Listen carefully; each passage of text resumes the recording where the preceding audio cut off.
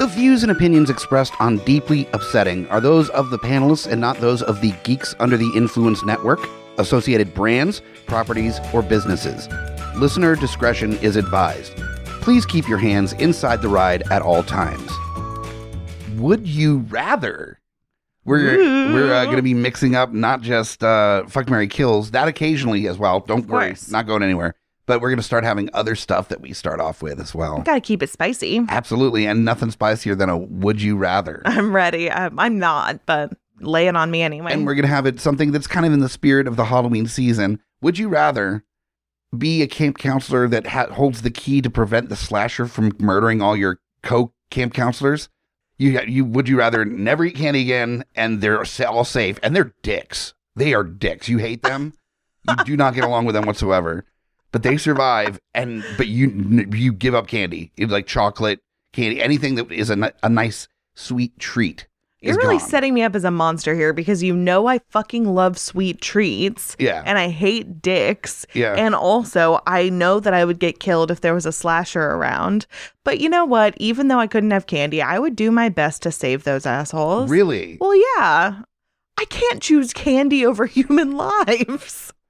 So Dirk Chattingson and company are with their sweaters tied around their shoulders are going around like banging each other and letting kids drown in the lake and calling you terrible names because you're not wealthy like they are. Yeah, that's true. Your dad doesn't do anything of any kind of like super high rich values, so therefore you are worthless to them. Mm-hmm.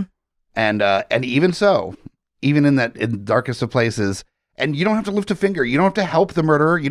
Murderer doesn't come up and go like, and then you point. Caveman murderer? Caveman murderer. And you have to point to where they are for him to find them. And he's like, oh, thank you. And then goes, Cookie Monster. Cookie Monster, serial killer murderer. Yes. No. Led him to do it. You literally just have to not do anything. And then they die and you get to nom candy. God. I can't. I can't say that. Senseless murder is terrible, but this ice cream sandwich is delicious. See, this is why you're trying to set me up. I see you.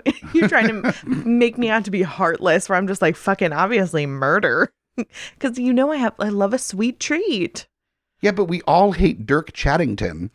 I know, but I don't get to decide if he dies or not, even though he's the worst. Yeah, nobody made you Judge Judy and executioner, so. Exactly. Yeah. Only Judy can judge Chad. Yeah. Or Dirk or whatever you named him. Some awful name. That is the lesser known Tupac album. It's Only Judy Can Judge Me. Exactly. Yeah. Plus, if I save a whole bunch of awful people, at least my karma will be like out the wazoo. So I don't need all that candy. Listen, just like finding out that there's no Santa Claus when you're like a kid, there's something that you got to learn after you're 30 is that karma is bullshit and bad people get away with bad shit and they succeed more because of the bad shit they do. And by being a good person, you're just going to be fucked over more often in your life. Okay. Wow, this episode has gotten very depressing very quickly. It's because I woke up from a nap. Yeah, that's true. That's why you're cranky. Yeah, I'm going to go ahead and continue my Merry Sunshine, naive, optimistic bullshit, and I'm fine with it. Yeah. This is what happens when I take a nap, is that I wake up and like the world is nothing. Everyone sucks. Everything needs to just fade away and die. And then I have like a sandwich and I drink some water and I wake up a little bit. I'm like, oh, everything's okay. Everything's not bad. So halfway through this episode, it'll get fun. Yes, exactly. So hold on to your pants for that one. Seriously. There's plenty of philosophical games that are played that discuss the idea of like, is there a requirement for you to intervene when it comes to somebody dying? Mm-hmm. You know, and so this is kind of a play on that to a degree, but also candy as well, which always makes it more fun. I mean, I do love candy. I don't believe that anybody has a specific need to intervene in situations like that, but also I think that whether you're required to or not, there is kind of a cultural contract that you sign out for by being involved in the experiment of humanity. Yeah, I don't, even if karma's bullshit, which that's fine, but I wouldn't be able to live with myself at all. And so this would just like go down a very dark path. And then you would end up not enjoying the candy. The candy would be like out of necessity. You just like eat so much candy because it's like, well, I paid for this in blood, and just like throwing back candy. Or if karma ends up being a real thing, which I suspect it could, then I would probably get like diabetes the next week or something and not be able to eat candy anymore. So come to find out, it's not a cabin slasher movie. It's actually like an evil genie movie. And then you like, you got your wish. You can eat candy, but you're diabetic. So. Damn. So see, exactly. I made the right choice. It's only the sugar-free candy, which tastes like garbage. That's the worst. And the sugar-free gummy bears that like make you shit your pants. Yeah. Oh, terrible. So no, I'm gonna keep with my original plan and save the terrible people. Maybe they'll become better in my optimistic little naive world. You're just hoping that like Dirk Chattington, he realizes the error of his ways, and really the girl that they were all teasing ended up being the one that saved them in the end. Mm-hmm. And then he's just like, my dad's got a lot of strings that he can pull. Like, he can get you into Harvard. And you're just like, oh, I wasn't planning on going to Harvard, but that's cool, I guess. Oh, yeah. I wouldn't want to go to Harvard. I would drown at Harvard. On day one, I would be like, excuse me, I'm lost. I got to go. And they're like, yep, another one bites the dust. You did look dumb. It's like, that's weird that Dirk was saying the same thing at the camp earlier, and almost let him die because of it, but here I am. But I admit it myself.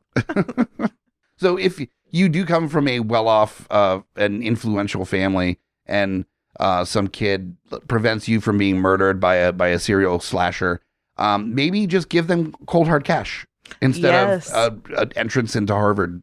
Everyone loves cold hard cash. It's true. We all love it. We don't all love going to Harvard. Or going to a summer camp. That's very true. I don't think I would like it.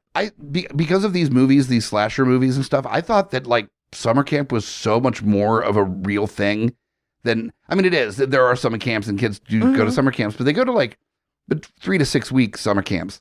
I thought in these movies, it's like all summer and it's all children. Like that's just where all children go during the summer is summer camp. And I always thought everybody besides my neighborhood friends are going to summer camp because we're poor. Yeah. And we can't afford. But if you're like even middle class or higher, you're at summer camp for the summer. I thought that too. And honestly, I was grateful to be poor because I am an indoor creature. So the idea of summer camp was like never that appealing to me. There's other summer camps. There's a math camp and there's like computer science camp. But those aren't like a real camp, like sleepaway experience. No, they have the ones that you can like sleep away too. I don't think it's necessarily in cabins though. I think it's like probably on like a school campus or something. I don't know. When I went to theater camp, we did not stay there. So you did go to a summer camp? For a week. It was a week-long theater camp. Was it like you stayed there? No. Like, oh, okay. That's what I was saying. I felt like those like specialty ones weren't sleepaway. They were like, go back to your home and you're like, yep, camp is so fun. That's like 4 hours that I drive 20 minutes from my house to go to. Woo! That's what it was like. What an experience, an adventure. Yeah. You're writing letters to your family. It's like, we're seeing you for dinner. I don't know why you're writing these letters. Pretty much, yeah. I didn't get to be as dramatic as I would have liked to be. Man, probably a lot less fucking for the counselors too if it's just like a day camp. I'm sure they were very grateful for that in the fucking theater camp that I went to. True. All the weirdos. I need to see more of those slasher movies where it is like the theater camp or the mathletes that are dealing with this serial killer instead of like the busty camp counselors and then just like the dumb everyday kids. Yeah. That don't have any kind of specialization and they end up like not even being part of the plot most of the time. Right. They don't even have a name. No. Yeah, I would love to see something where like a serial killer goes to like the fame school. Just tries to like take them out and they're doing like fucking grand jetés and kicking them in the face and stuff. Oh my God, I would see Fame, the serial killer like version. I would love to see it. Especially like Fame, I can't live forever. And then like stab. Perfect. I want to live forever. So the serial killer just comes over and it's like, no. Afraid not. The end. Cut to credits. Very depressing. See, I swear, like all the shows on the network, we just need to have producers that are sitting there just like writing down our ideas. They'd be making millions. I know. We've given a lot of really good ideas. Yeah. On this show, but guess what? There are intellectual property to do nothing with, not yours. And if you do something with it, we just, like pretty much just want credit. Money would be good too, but credit, is good also. But mostly money. Money. Better than that. We don't want to go to Harvard. No, we don't want to go to Harvard. We just want money. Listen, Dirk Chattington. I know you're a listener. Oh, God. But Long-time listener. Long-time listener, sure. yeah. But yeah, please, no Harvard for us. No Harvard for us. We would get there on day one, and it would be deeply upsetting.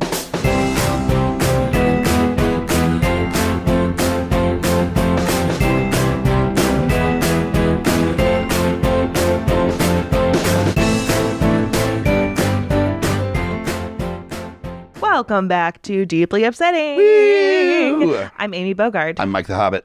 And this is our show where we answer the internet's most upsetting hypothetical quandaries. The good, the bad, and the ugly. And for usually sure. It's pretty ugly. Some of the questions and bad. And bad, for sure. Definitely bad. Rarely good. Yeah. Yeah. We have some pretty good questions today. We do. And if you want to be part of the quote unquote fun, then you can submit your questions. We will ask for them on social media at Deeply Upsetting, or you can just send them in whenever you want. That's fine too. You can send us an email at geeksundertheinfluence@gmail.com, put Deeply Upsetting in the subject line, or you could call us. Mm-hmm. We won't answer. No. Because we want a sexy voicemail. That, and also, who answers the phone now? Oh, yeah, absolutely. Who does that? What monster gets a phone call and answers it, and like when they don't know who it is? Like, hello? I know, that's why my new phone rejects it for me. It's amazing. Every single, it just updated on my phone. Every number that isn't in my phone comes up as scam likely, and I'm like, I appreciate you, phone. Me too. Being that cynical. Oh yeah, mine just gets silenced immediately now. It's amazing. I got a phone call from a doctor's office, and it came up scam likely. And I'm like, you don't know how correct you are. That phone. Is too real. That phone. Is too fucking real. But if you want to call us and have us not answer, you have the privilege of us not answering your phone call. It's 804-505-4484, which is 804-5054-GUI. We also take texts on that number as well. We do take them. We take the texts. We do. And perfect way to send in questions or suggestions for opening stuff for the future instead of a fuck, marry, kill or would you rather. What should we be doing on the beginning of episodes? Yeah, let us know because we don't know. But we want to know. It sounds like we know what we're doing most of the time on this show, but it doesn't. But surprise, surprise, flying by the seat of our pants. If you thought for a second that we knew what we were doing, then guess what, baby? This is the show for you. Yeah. Because you sound like a hot dummy. And which is our exact audience. The shimbos and the himbos and the thembos. We're all about it. All about it. Yes. Did you say the himbos and the shimbos instead of just bimbo? Yes. The original term. Bimbo, that's old hat. That's an old phrase. If we're going to do himbos, let's do shimbos too. Let's just make it simpler. Make it a whole lot simpler. Yeah. Streamline that bad boy. Rhyme. Well, it would have rhymed it. Anyways, what's bim? We'll workshop what is bim? What is bimbo in the bow part? Like, what is bim? Babe or Barbie? What is it supposed to represent? Surprisingly enough, I have not looked into the etymology of this. I'm so sorry. I've been slacking, but I'll definitely get right on that. Yeah, we need to find out the etymology of bimbo. Yeah, absolutely. If there's any linguists out there that want to give us that information and just yell at us for butchering the English language on a regular basis, feel free. Linguists slumming it listening to this show. Yes, they're like, we got to turn our brain off at some point. Yeah. At a certain degree. Done with this smart words podcast. What else do we have on the list here? Deeply upsetting. I bet I will be. Click. Yeah. You know, the NPR to deeply upsetting pipeline. Yeah, right. When you're just like, I need something dumb as hell. That Venn diagram that doesn't even touch. Nope. Yeah. They're so separated from each other. They're waving at each other from across the room. That's how close they are. Deeply upsetting is waving, and NPR is just kind of pretending they don't see it from across the room. NPR is really interested in this dip that is over at the table here. And we can't even get to the dip. That's the most upsetting part about all of it. Yes. We can just see the dip. It looks great. I hate being at a party and not being dip adjacent. That's really that is the worst. The worst. That is the worst. Parties are the thing. This is just a totally separate entity. Parties are a time where I think because I don't buy dip because I know that it would be a problem for Mm-hmm. me as a person, I like forget about it as a whole until I go to a party. And then I'm just like, holy fuck, this is rocking my world. We went to like a little get together a few weeks ago. And we were all outside like around a bonfire, and I went in with the hostess, and then I was gone for like 20 minutes because I literally was like, I got to keep this conversation alive. I'm next to the ranch dip, and I have Yep. not had ranch dip in years, and it's so fucking good. The worst is when there's a dip that you know you like, but also is like a terrible thing that shouldn't exist. Mm-hmm. I was talking about this last night with some friends that were in town, that pimento cheese. Mm-hmm. A lot of people don't like it. A lot of people do. I'm in the camp of do, but it's also, I do recognize how disgusting an idea that is, because Yes. it's just like, it's not even shredded cheese. It's like ground up cheese Yeah, with mayonnaise and like Yeah. pimento, and that's it. it's not for me. It's mayonnaise cheese, which does not sound appetizing. It sounds like greasy and oily and gross. And it doesn't taste far off from that, but somehow you just keep going for it. If I was to buy like a 12-ounce container of pimento cheese and keep it in the house to just pick at throughout the week, Yeah. it wouldn't last very long. And then I would die, Yeah. Very true. pass over. My mom went through a phase where she was obsessed with the port wine cheese, which is like, I feel like a similar concept. Sort of. I mean, less But I don't mayonnaise. know what the fuck it is. And it tastes very weird. It's oddly tangy. Yeah. She was obsessed with it. I think it's just cheese with port wine in it. It's just, but it's giving the same like consistency as pimento cheese. There's got to be like mayo or some sort of emulsifier in there. Or it depends on what kind of cheese, because even like bries and stuff, some of them are like really thin. That's true. So, yeah. I haven't really looked into it that much. You're not a professional cheesemonger. So. In fact, no. I No. wish I was. Yeah, this is your side gig when you're not cheesemongering. Cheesemongering. Yeah. I wish I was cheesemongering. Why? Oh, I'm so mad that I do love cheese, but not enough to monger it. Yeah. But I do wish that monger was used in other situations besides just like there's not a wine monger. There's not a steak monger. Your whole instead of a butcher. I think I'm just gonna make it happen on my own. I don't know if I've brought this up on the show, but I'm a makeup artist, professionally, and so I'm going to start going by cosmetics monger. Yeah, No one can stop me. It's my own job. that's amazing. Putting it on my LinkedIn. I push paper for a living, so I'm gonna be a cubicle monger, I guess. Well, there's like electrical stuff. You're like an electrics monger. That sounds like a Mega Man villain. That's awesome. Yeah. That sounds really cool. It sounds like the race of like bad guys that fucking Riddick fights in Chronicles of Riddick. Missed that one, Missed that one? unfortunately. Yeah. Surprisingly. I know I seem like I'd be a total Riddick head, but I'm not. Riddick head, that's what they call them. Yep. And they're not Riddick mongers. They're Riddick heads. That is so ridiculous. Okay, Oh, I'm sorry. no. I'm sorry. Wow, I'm get sorry. out. I wish. That ended the show. That's officially where we drew the line. That's fair. Well, good night, everyone. Good We night. literally just got through the business of it all. Not a single question. Seems about right. I think we should try to at least answer one question All to right. get away from that. I'm happened. sorry. I'm sorry. The first question Yeah. is from Moxie LaBouche, a very cool name. In the same vein as Monger, being a very cool Yeah. name. Very cool. From Your Brain on Facts.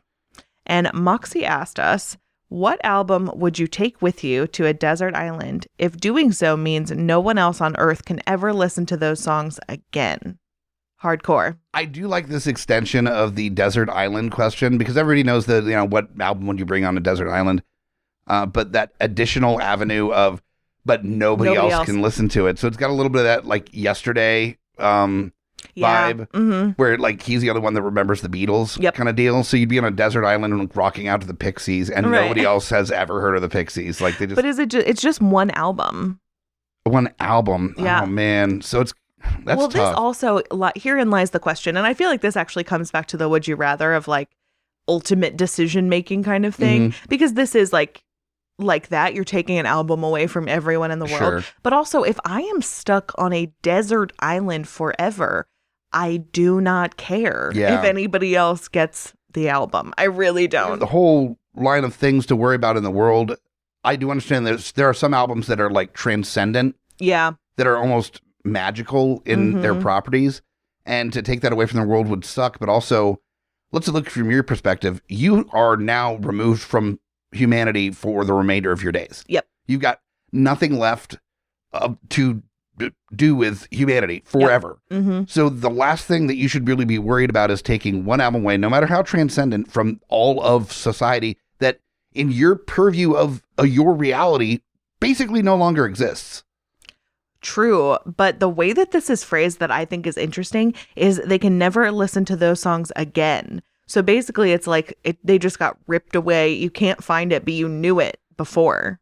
So it's not like a yesterday. Mandela effect kind of thing Yeah, happens where pretty people are much. like, I remember that album existing and nobody knows anything about it now. You know, it would be so evil of me.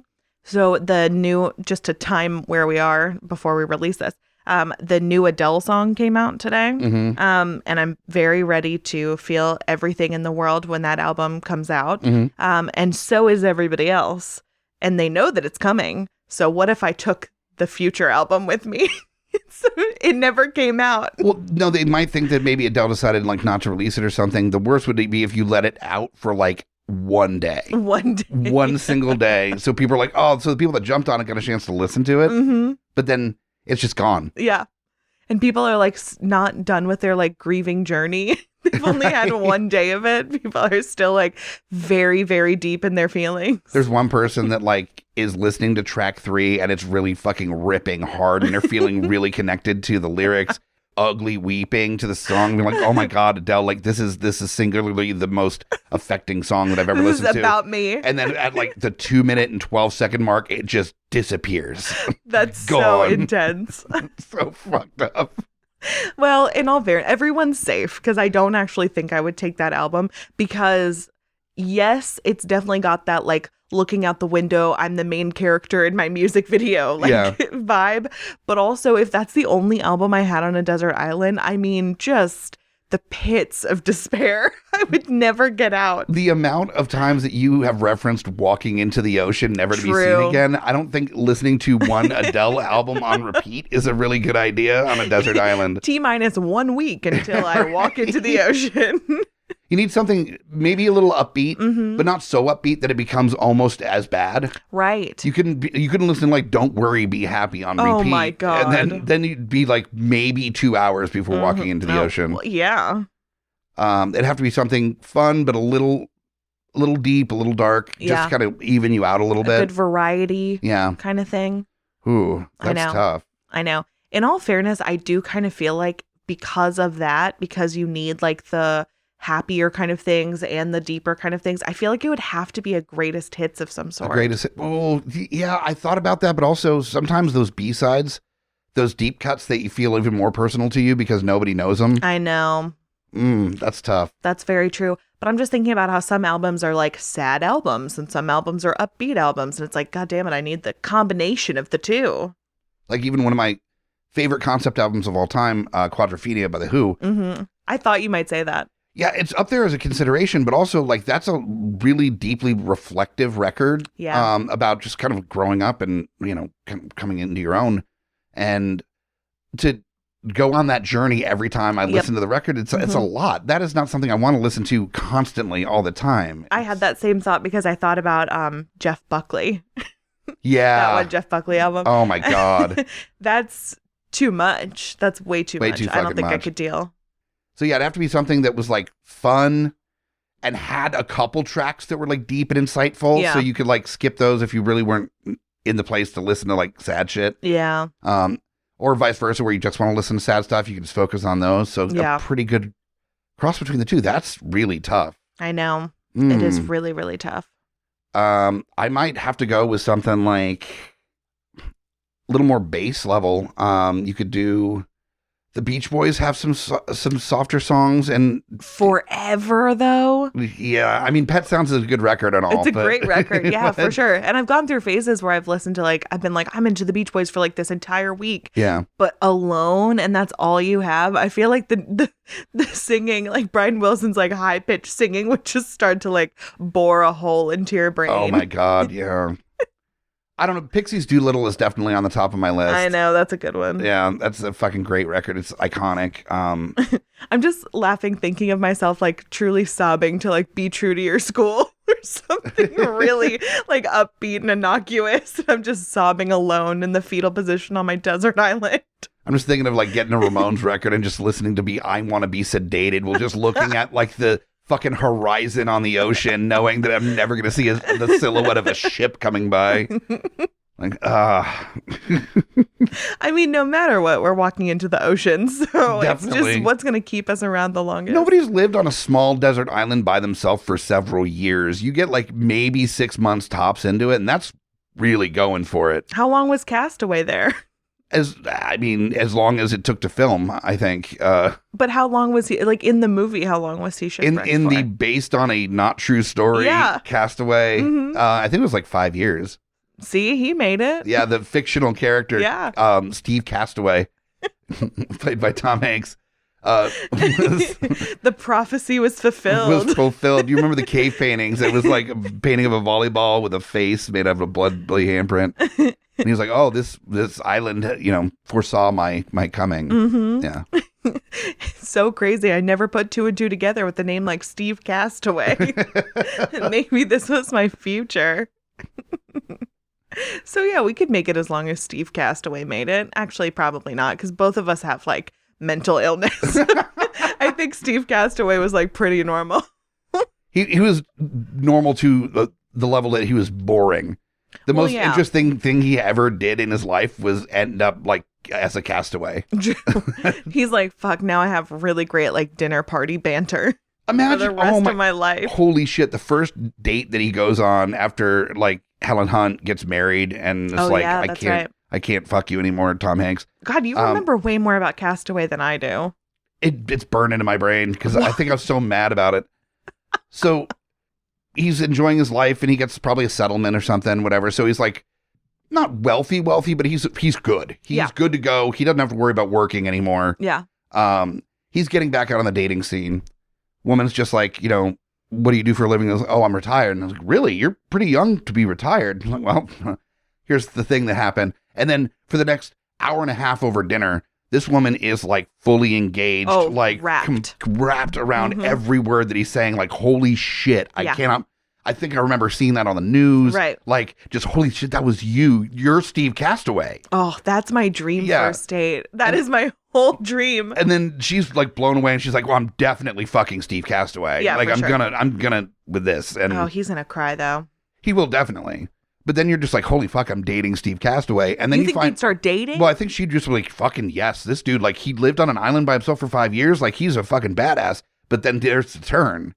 Is that that's his entire identity now. Right. Like, he doesn't have to work. He doesn't have to, like, become anything more than that after that. Like, he's probably so fundamentally, like, psychologically broken from the experience that he's singularly focused on it. So he's never, ever going to want to be alone ever again. So he's going to be so codependent, like the most. She's going to be watching like the newest HBO show that she's getting into, and then she'll turn and he'll just be like standing behind the couch, like, "What are you doing?" Ah, Steve, I told you not to sneak up on me. And he's like, "I was in the bathroom and I got really lonely." I was like, I don't know what to tell you. I thought that if we got a volleyball net in the backyard, you'd feel better about things. But no, that didn't help either. Steve Castaway wants to do the Meghan Trainor setup of the two toilets next to each other so you can hold hands while you go to the bathroom. That's the second show I've brought that up on. I'm never going to stop talking about it because I brought it. Wait, what show did I bring it up on? Maybe I didn't. Midnight Mass episode, was it? Maybe. I don't know. I feel like I can't stop talking about it though. But how could I? That's fucking fundamentally insane. That's more insane than talking to a blood-covered volleyball. Definitely. So. That's necessity. Yeah. But yeah, so you're dating Steve Castaway for 6 months, and then come to find out, like, literally that riveting story that is riveting. Don't get me wrong. Like, you meet somebody that, like, lives on as a castaway for 5 years. That's interesting. Yeah. More than the movie. Right. And, but then there's nothing behind it. That's it. Like, behind that, he's still boring Steve Castaway that worked at FedEx and had the stopwatches in the boxes and shit and was just like a weirdo. And then that's it. Yeah. I feel like for somebody to date him it needs to be somebody with that, like, I can fix him energy, like hardcore. Fix So him energy. hardcore. Yeah. And then that never works out. PSA, that never works out. So, like, whoever has dated Pete Davidson before can go and start dating Steve Castaway. Kate Beckinsale? Kate Beckinsale. Steve Castaway is lucky. I mean, she is. Good for you. Whew. Aging like a fine wine. Really, really. In what world? Like, she's bathing in the blood of the innocent. And you know what? I love it. I mean, she is a vampire. It's working. So, yeah, it's working very well. To get back to the question, what a concept. What a concept. Sure. I think I am going to stick with my original cop-out kind of answer. And I'm going to probably go with Bowie Platinum because it's like 40 songs. So that's an ultimate cop-out. And I feel like Bowie would like make me feel less alone, but also kind of like fun, but not overwhelmingly fun, you know? Sure. Bowie's a really good choice. Mm-hmm. And that Platinum is a really good kind of greatest hits situation. And also, yeah, they made it long as fuck. They didn't leave anything out. So. Yeah. I think I'm gonna have to stick with Doolittle. Yeah. That's just a front to back solid record, full of bangers. And some angst. Lots of good angst. There's angst in it, but there's also some like manic fun to it as well. Yep. So, which would be the kind of fun that I'd be looking for when stuck on a desert island. Not that like sticky sweet fun, because it's like, fuck you, you're not on an island. I feel like the manic fun songs after a while, I would have to skip. Yeah. I feel like I don't think I'd be able to like deal with it. Frank Black going, hey, too many times. You're like, okay, you've got to fucking stop, Frank. Is the like I Love You song on that? Because that I would have to skip. Yeah. The whistling would start to like bore into my head. I can't whistle or I would do it on the air. Thank you. Yeah. Yep. Perfect. I guess we should move on. Yeah, no, I think we did some decent coverage on that track and Steve Castaway. Well, it sucks because the great part of that question was, and you take it away from everybody else, but we immediately shit on that by being like, well, fuck everybody else. Yeah, right? We're castaways. I don't care. Don't care. Do not care. Enjoy literally every other record in existence. Yeah. People, like, fuck off. Yeah, I get to have this, so... Sorry, you don't get to listen to fucking Where Is My Mind? Or no, that's off of Surfer Rosa, I think. But anyway, you don't get to listen to fucking Doolittle ever again. Bummer not to have Where Is My Mind, though. Yeah. Huge bummer. But I mean, talk about a song. I do think that's actually on Surfer Rosa, but talk about a song for a desert island. Like, Where's Mine way out in the ocean, see it swimming. Come on. It's too on the nose, honestly. Kind of on the nose, yeah. Yeah, that's true. Good thing it's not on there. Fuck, Where's My Mind? Fuck, Where's My... Fuck the Pixies. I'm kidding. I love them so much. Yeah, I do. I do love them. Okay, this one... Whew. This is going to be an interesting question for us here. Yep. This is from our friend Jack the Dungeon Master. Hell yeah. And this is, going to be a wild ride. Do you want to make the noise again? Woo! Yeah. Yeah, that much of a wild ride. Which substance that can send you to, quote, dude, what did I even do last night, quote unquote, levels of fucked up would suck to least to be stuck in for the rest of your life? Think blackout levels, but not knocked out by it. So like what kind of like drug or substance that you're not going into a coma, but you're like definitely past your point of like comfort level with it. And I think that even though it's something that I don't drink often because I hate the taste of it, and I've grown into hating the taste of it so much because it was like something I drank a lot in my early 20s, I would probably have to pick tequila because I have never, ever been a bad time on tequila.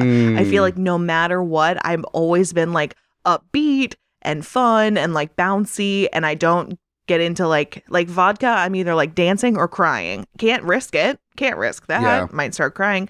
Tequila, I'm going to be a great time. I guarantee it. Maybe a little slutty, but that's great. Yeah. And that's it. So I feel like that is my solid choice. Okay. But also I have not done a ton of fun substances, so everything else would just be like guesstimation, you know?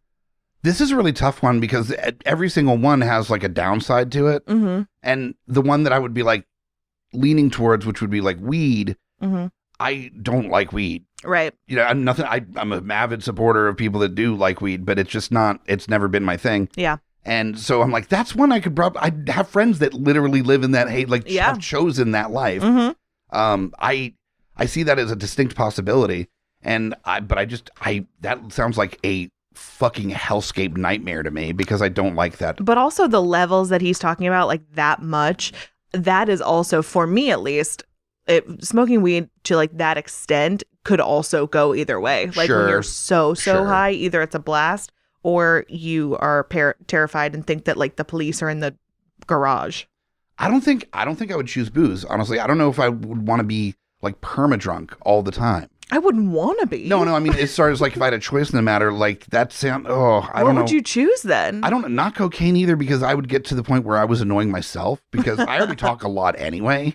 True. For anybody that's ever met me or listened to any show on this network that I'm on, I'm a talker. Well, everyone's just going to have to deal if we don't have this kind of choice, because everyone's going to get super sick of upbeat tequila drunk me trying to like make out with everybody. But guess what? I got put into this position so you can talk to Jack about it. You're trying to make out with everybody. I'm talking everyone's ear off. I'm that guy at the party that's just like sitting in the bathroom talking to people and being like, yeah, man. Just doing lines. I'm trying to make out with everybody because you'll never make out with me because you're too busy talking. Jesus. Also, yeah, I don't know if LSD or shrooms is the choice either, just to be like, I don't even know where reality is. Like, that's what neighborhood rough. it's in and how to get there from here. Well, you might have to choose a booze then, my friend, because you've kind of knocked out all your options unless you want to choose meth or something. There's not meth. No, not meth. Could you do like Oxycontins or something, or like? Ugh. That's like meth or heroin light, basically. Yeah, so tired, I feel like. Yeah. Doesn't that just wear you out? I'm in my 40s. I'm already tired all the time. Right. Yeah, I don't think of like heroin addicts as people in their 40s plus. I think of heroin addicts as being like in their like maybe mid 20s, where you have enough energy to be a heroin addict. And like once you get to your 40s, you're just like, no, I need to take a nap just from being alive. and stone cold sober. Never mind. Throw heroin on top of it? I'll just be in a coma for the rest of my life. Just doing the process of like setting up the heroin like in the syringe and everything. You're like, that was a lot. So complicated. I'm so tired. Why don't they come ready made? Why can't I find a dealer that has like just the needles ready to go? Like good to go. Just done. You're like, I'll pay extra. I'm so tired. So tired. So worn out. It's been a long week at work, and the dealer's like, yeah, you're literally the only person I talk to that has a job in my field. You know? What drug? That's how tired I am. I can't even remember the fucking question. And that level of fucked up, too. Just being able to function would be virtually impossible. Oh, yeah. No, this sucks. This whole thing sucks. Yeah, it's going to have to be booze, I guess. There isn't really a better option out there. Mm-hmm. But you have to choose a booze. In my opinion, I decided that. I'd whiskey. I mean, probably. I mean, sugar content on rum alone, that would be too much for me.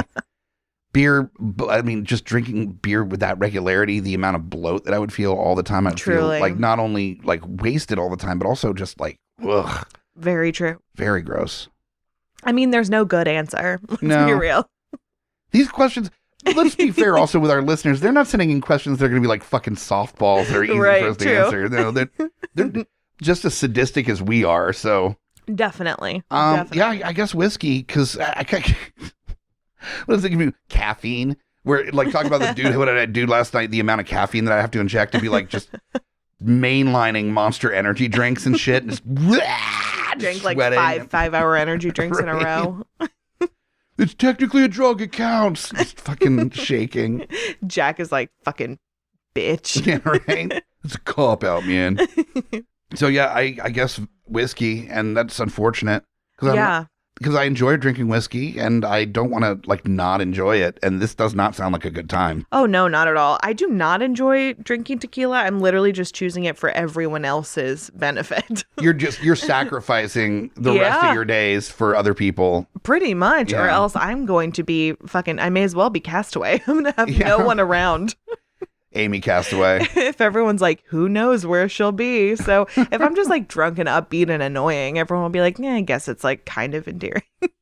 They'll just only try to meet up with you at the bar where they're trying to get to that level. So it just kind of works. Very true. They're not going to have like a casual board game night with you because you're like, fucking wow, who wants to see these tits? And they're like, I mean, I guess, but like, then can we play the game? This is the wildest game of Monopoly I've ever played. They're like, can we turn the music down? Right? You're just blasting paparazzi and like dancing with your shirt off. And they're like, it's your turn for Scrabble. And you got to lay some letters down or pass or something. Just And just pass all my turns. yeah, right. No, I'd probably actually, that's something that I probably should do because I'm already weirdly competitive at board games, like too much so for a normal person. So I definitely shouldn't play them being like blackout drunk on tequila. That's probably the turn where I would become a fucking monster. That's the one thing I can't do. Chucking hotels at people's faces. Like, fuck you and your houses on Boardwalk, you piece of shit.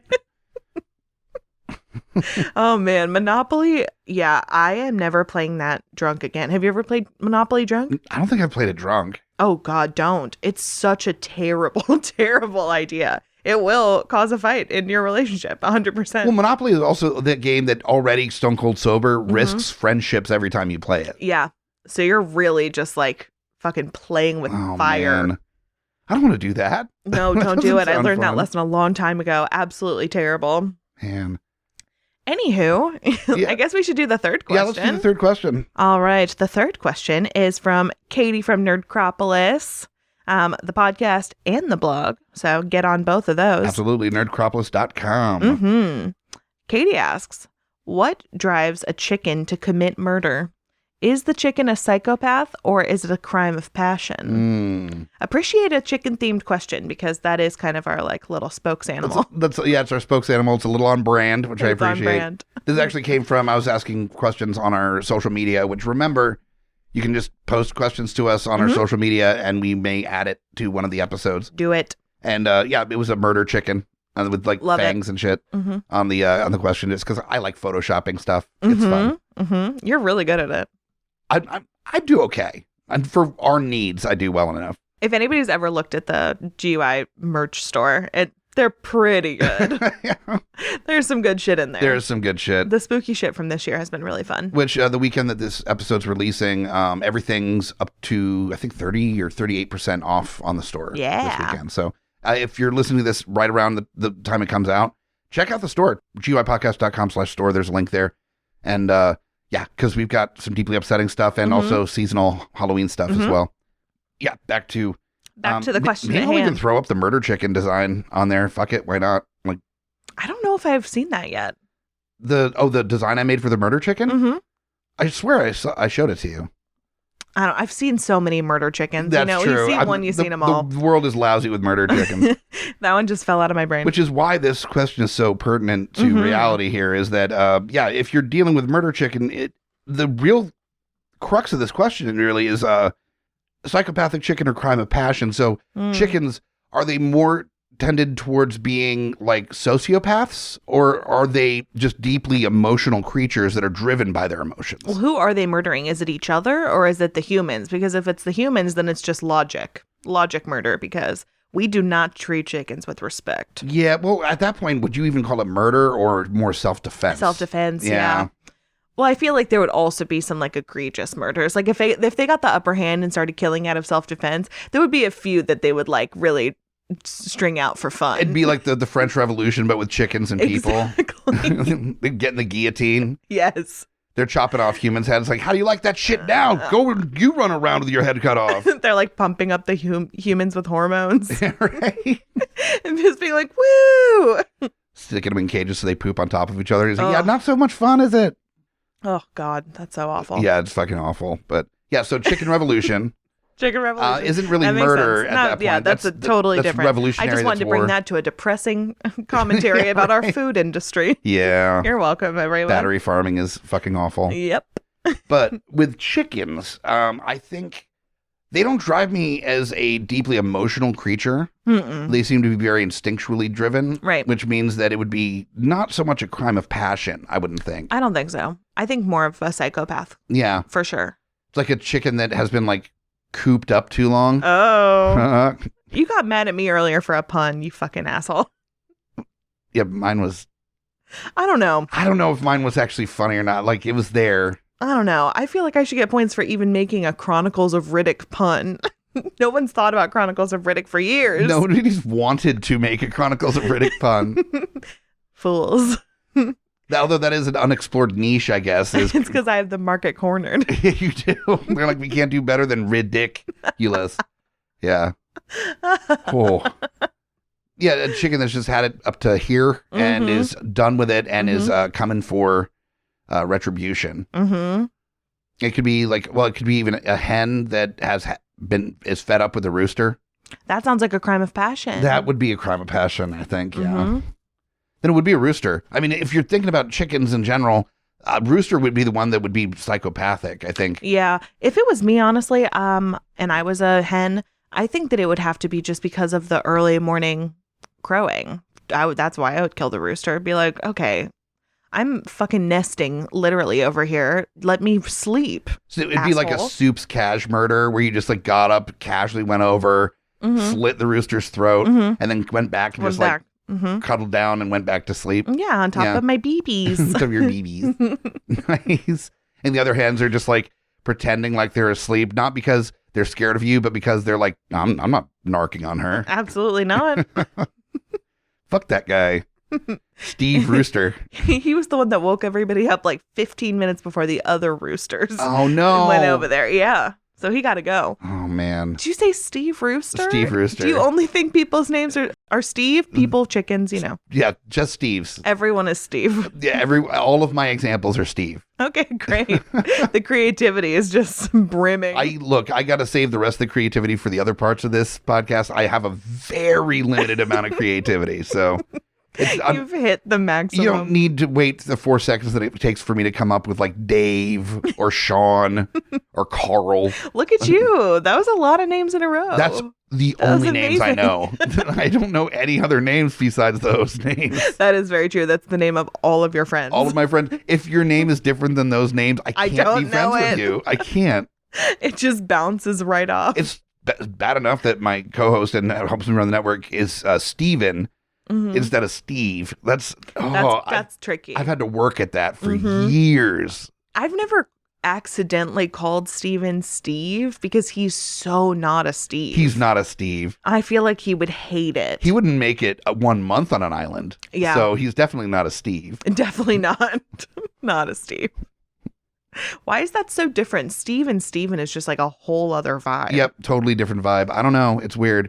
Not as much so as like Robert and Bob. Those are strangers. Like Mike and Michael aren't too far off. I totally agree. They're not that far off. Like Mike is the guy that's wearing like cargo shorts and playing hacky sack, and you're just like, all right.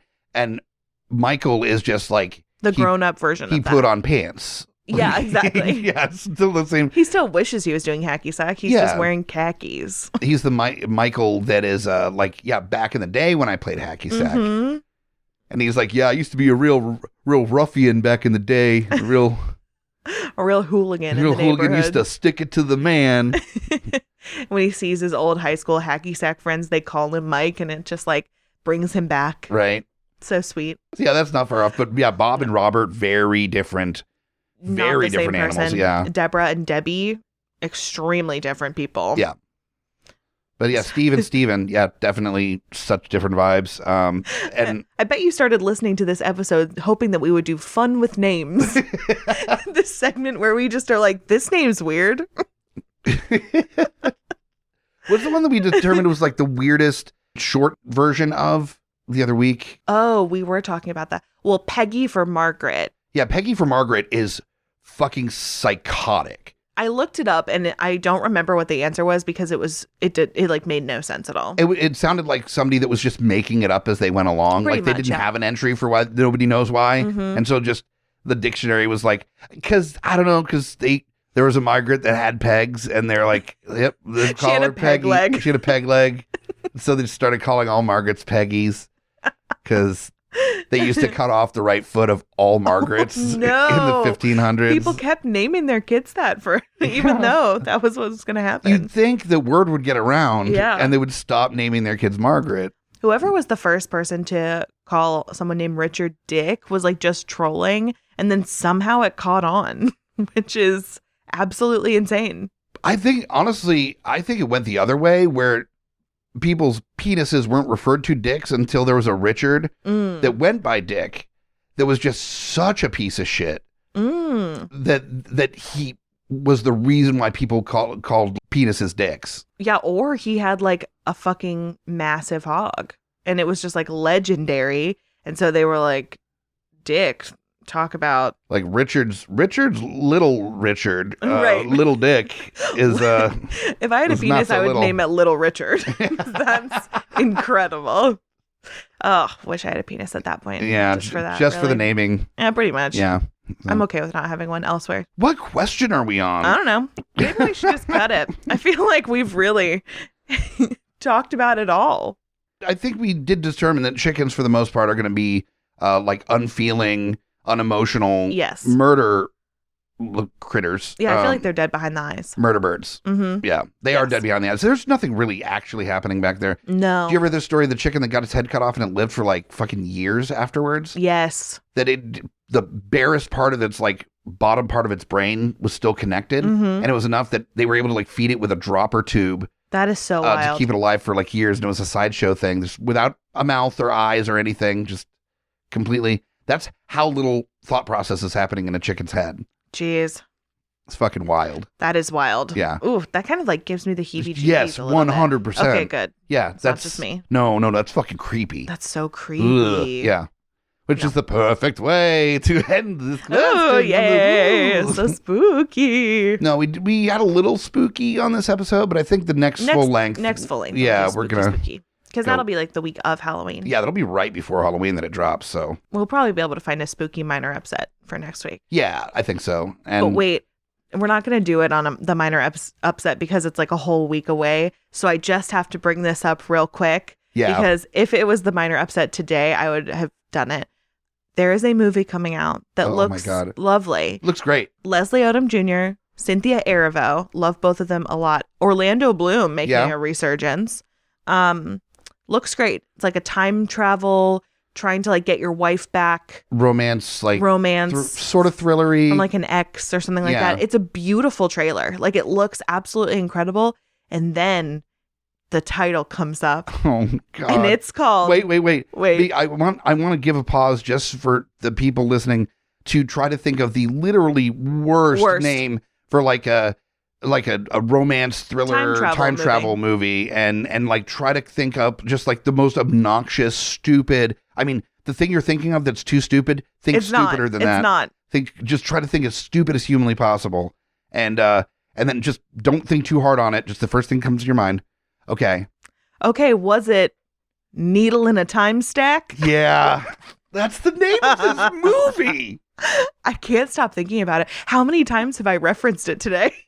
So many. You were kind enough to let me discover it the way that you discovered it, which is watching the trailer without knowing the name of the movie until it came up at the end of the trailer. Because someone insisted on it on Twitter. And thank you for that gift, because I'm like, I don't understand why I can't know the title. This is a really cool looking movie. It looks so good. And I want to know the title because I want to keep an eye out for this movie. And then the other foot or the other shoe drops and Needle in a Time Stack. What the fuck? Who greenlit that name? Holy shit. It's by the writer of 12 Years a Slave. Like he wrote that title. What happened? He wrote like an intense and complicated plot line involving like a love triangle through time and did all that work and was like, oh man, that was a lot of work. I'm really glad that I took the time to really develop it properly. Fuck it, Needle in a Time Stack. That's not going to waste any more energy. He reached his level of creativity and it happened. Got it right there. The first name of the working title was Steve Time Traveler. But he decided to cut that. That's why all the male characters in it are Steve. Yeah. Every single one is Steve. It makes it really confusing. It's a really complicated script to read. You mean you're going to leave Steve? Well, I love Steve. I would watch that. Yeah.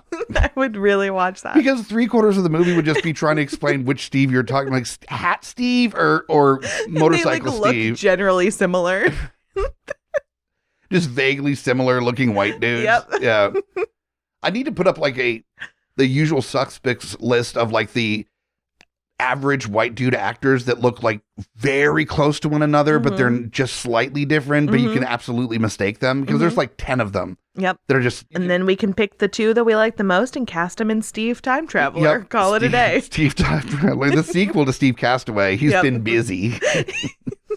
He went back to the island in time travel because he missed the solitude. Yeah, this time he's a castaway in time. Ooh.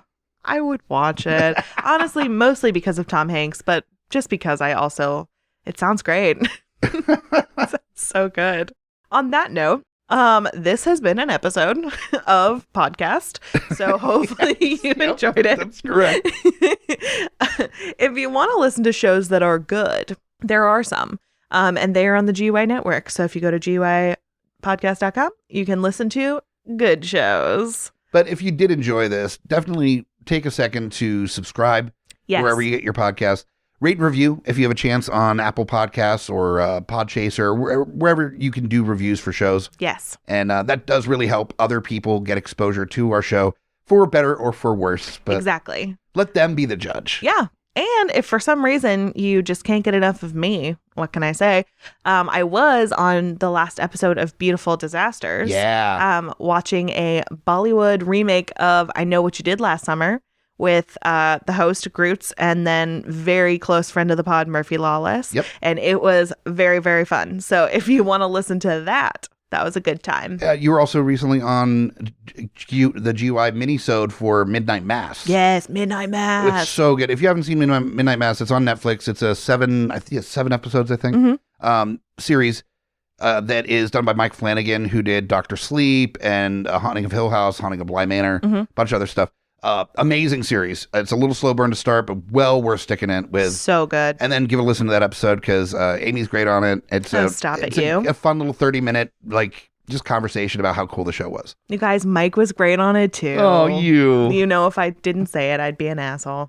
I would scream in your face about it after we stopped recording. As soon as we stopped, I had to save myself. Like an asshole. You just start crying and you're like, was I bad on the Midnight Mass episode? You didn't say anything. He was good. Steven was good. And Murphy was also on that. And they were good. They were good. Everyone was good. Everyone was good. Yeah. Unlike this show. Thanks for listening anyway.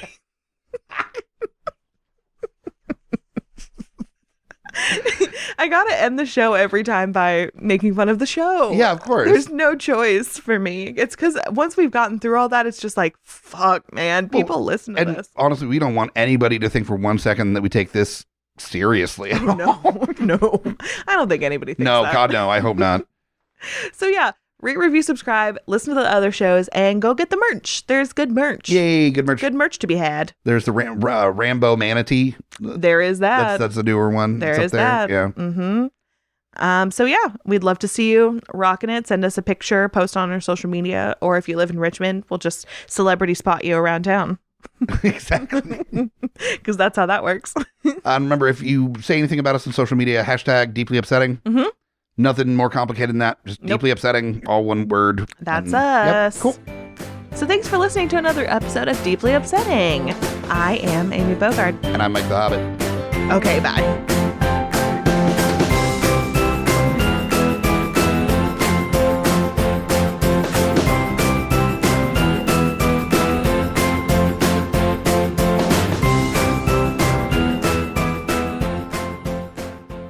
GUIpodcast.com. Fuck you and your houses on Boardwalk, you piece of shit. Mike the Hobbit here. Lowdown Brown. Inviting you to check out Geeks Under the Influence, a podcast that pairs booze with conversation with good friends. And a little nerd culture. We get a lot of colorful conversation out of our episodes, but it is here for everyone. No gatekeeping. Always level up everything we do. We'll punch up, never punch down. Exactly. So check out Geeks Under the Influence everywhere you get your podcasts and join us or die. Shut the fuck up, Hobbit.